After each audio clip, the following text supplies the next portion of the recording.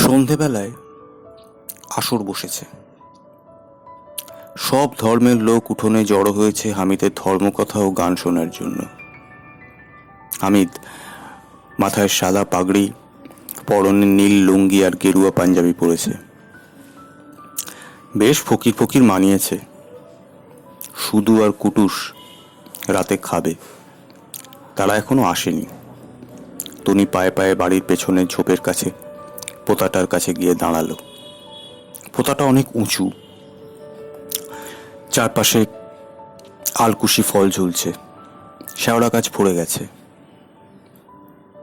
তাদের ছোটবেলার কথা মনে পড়ে গেল তার। একটু দূরেই হামিদের ডোবা। ওই ডোবাতে হামিদ একবার ডুবে যাচ্ছিল। সে আর শুধু হামিদের দুই সহচরী হামিদকে বাঁচিয়েছিল।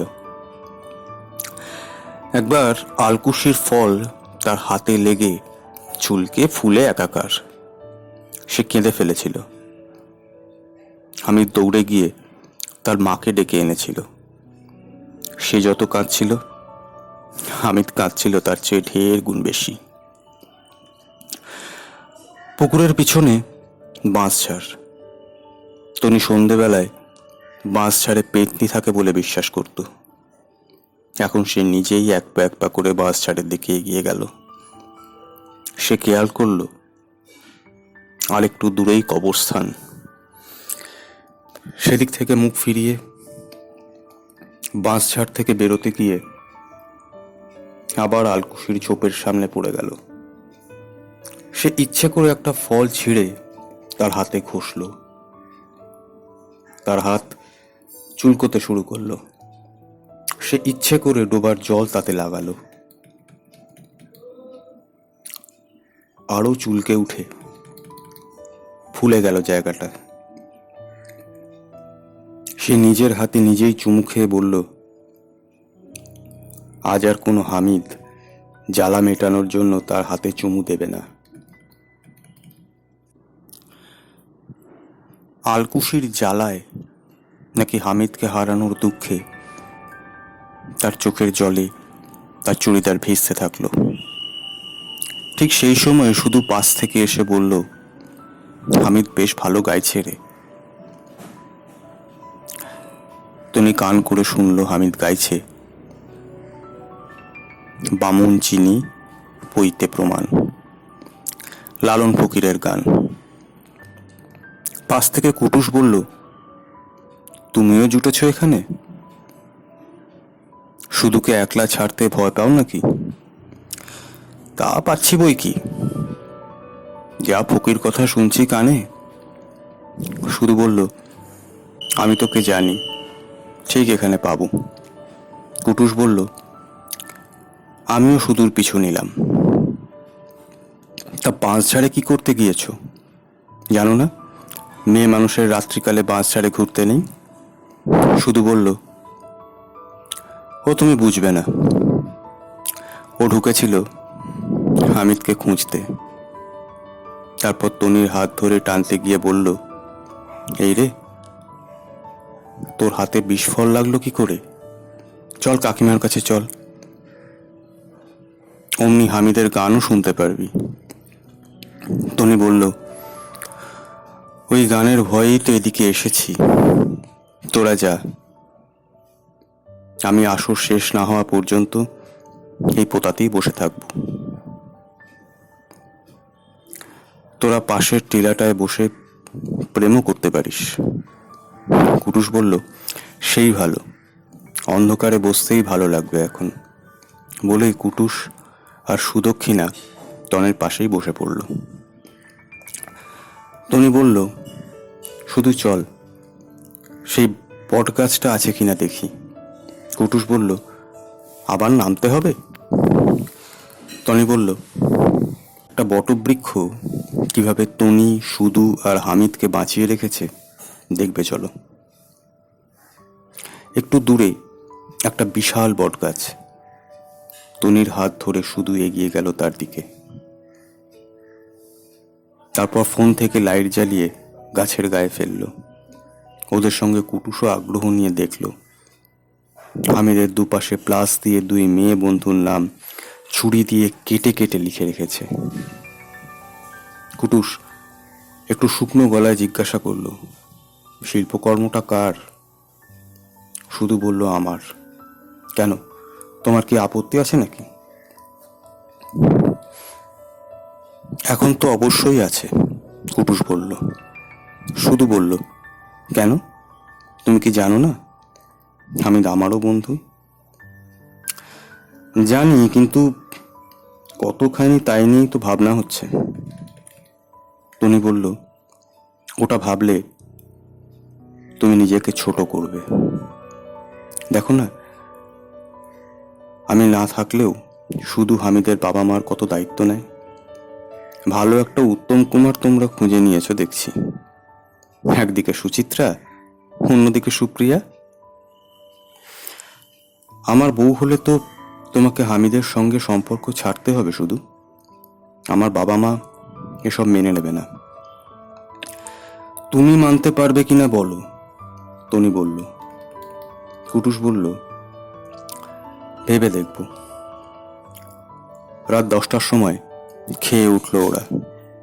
টনি বলল, থেকে যাও কুটুস, এবার আমাদের জলসা হবে। কাকু আর কাকিমা কর্ণকুন্তি সংবাদ বলবে। মৃদু আপত্তির পর ওরা বলতে শুরু করলো। প্রথমে একটু লজ্জাভাব থাকলেও পরে দুজনেই খুব সুন্দরভাবে শেষ করলো।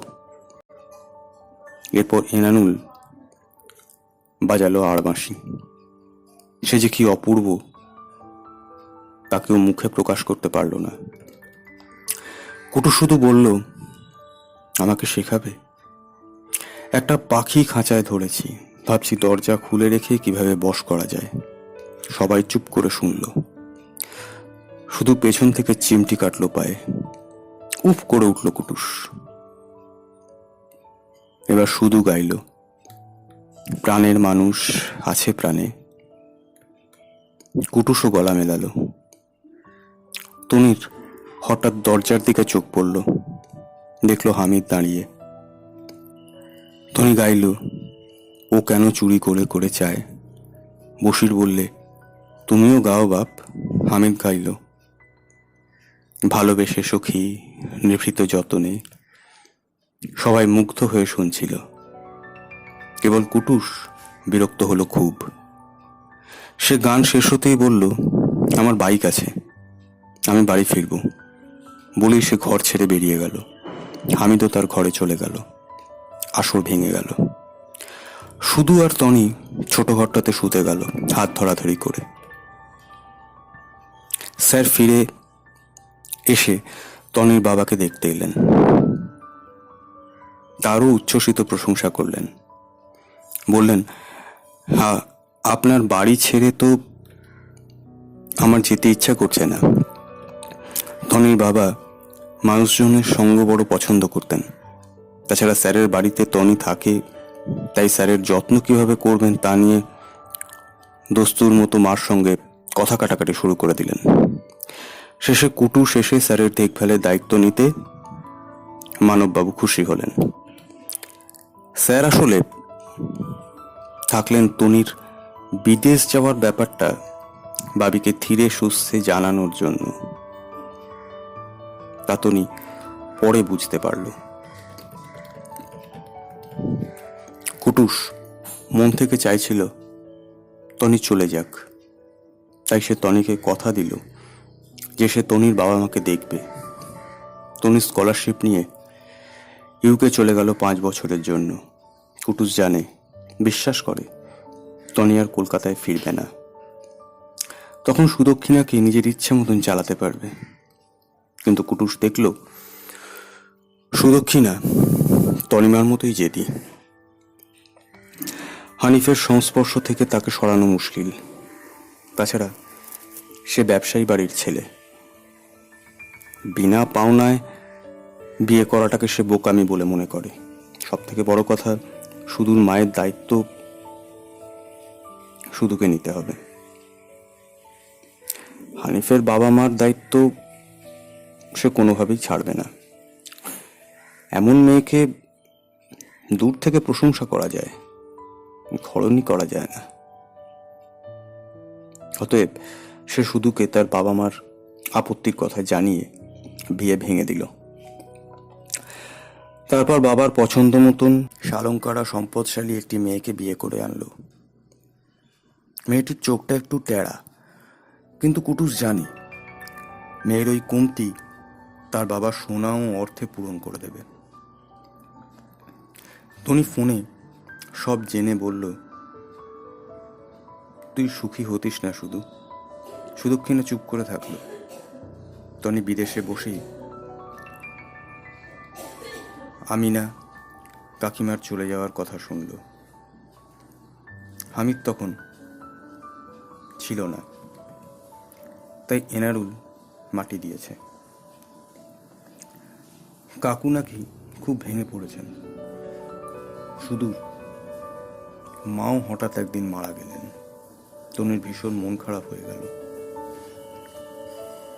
তার দুই পরম বন্ধুরই মায়ের মৃত্যুর সময় সে পাশে থাকতে পারল না বলে। 5 বছর নয়, তনির ফিরতে 7 বছর লেগে গেল। দেশে ফিরেই এয়ারপোর্টেই সে হামিদকে দেখতে পেল। তার কাছে সে বশির কাকুর মৃত্যুর সংবাদ শুনল। সুদক্ষিণা বলেছিল তাকে এই সময় দুঃখজনক কথাটা না জানানোই উচিত। সে বলল, হামিদ, আমি বিদেশেই থাকবো, সেখানেই চাকরি জয়েন করেছি। কয়েকদিনের ছুটিতে এসেছি মা বাবাকে নিয়ে যাব বলে। সুদক্ষিণা তোমাদের বিয়েতে আমার মত আছে কিনা জানতে চেয়েছিল। 100 বার আছে। ওই তোমার যোগ্য স্ত্রী হবে, দেখে নিও। হামিদ বলল, না। কুটুসের ব্যবহারে শুধু একেবারে ভেঙে পড়েছিল। আব্বুই তখন বলল ওকেই বিয়ে করতে। বললেন, খুকি আমায় বলে গেছে সে তোমায় বিয়ে করবে না। তাছাড়া তোমার বাবি আমাকে প্রতিনিয়ত লোক পাঠিয়ে থ্রেট করেছেন। তোমাকে পাবার আশা করলে কেবল আমাকে নয়, আমার পুরো পরিবারকে শেষ করে দেবেন। তাই আমাকে মাঝে মাঝে পালাতে হতো। বলি হামিদ তনির হাত চেপে ধরল। তনির বুকের মধ্যেটা ধক করে উঠল। মুহূর্তের জন্য তার মন দুর্বল হলেও সে তক্ষুনি হাতটা ছাড়িয়ে নিয়ে হামিদের দিকে তাকালো। বলল, অতীত আমাদের কেবল দুঃখই দেবে হামিদ। আমি বন্ধু ছিলাম, আছি, থাকবো। গাড়ির মধ্যে হামিদ আবার হাত ধরল। তনিকে বলল, কেবল কটা মিনিট এই অনুভবের মধ্যে আমাকে থাকতে দাও। তনি আর কিছু বলল না। তখন আব্বু তোমার চলে যাওয়াতে ভীষণ দুঃখ পেয়েছিল। যাওয়ার আগে পর্যন্ত তার মুখে শুধু একটাই কথা, খুঁকি এলে তবে আমি এ দুনিয়া ছেড়ে যাব। তার হলো না। টনির চোখে জল আসছিল, হামিদও কাঁদছিল। টনি বলল, যাক, কি আর করা যাবে। বাড়ি ফিরে তাড়াতাড়ি বিয়ের আয়োজন করো। আমি তোমাদের বিয়ে অ্যাটেন্ড করেই ফিরব। আর আমাদের বাড়িতে তোমরা যদি সংসার পাতো তাহলে 1-2বার হলেও আমরা দেশে ফিরতে পারবো। হামিদ মাথা নাড়ল। তনিমা বাড়ি ফিরে তার নিজের ঘরে ঢুকে আগাছা ভরা জঙ্গলের দিকে তাকিয়ে থাকলো। তার চোখ থেকে ফোঁটা ফোঁটা অশ্রু ঝরে পড়তে লাগলো। স্বদেশ, স্বগৃহ নাকি স্বপ্নের নায়ককে হারানোর বেদনায় এই অশ্রু তা সে নির্ণয় করতে পারল না। সন্ধ্যার আঁধার যেন তার বেদনাকে দিগন্তে ছড়িয়ে দেবে বলে তার জানলা ঢেকে দাঁড়িয়ে পড়ল।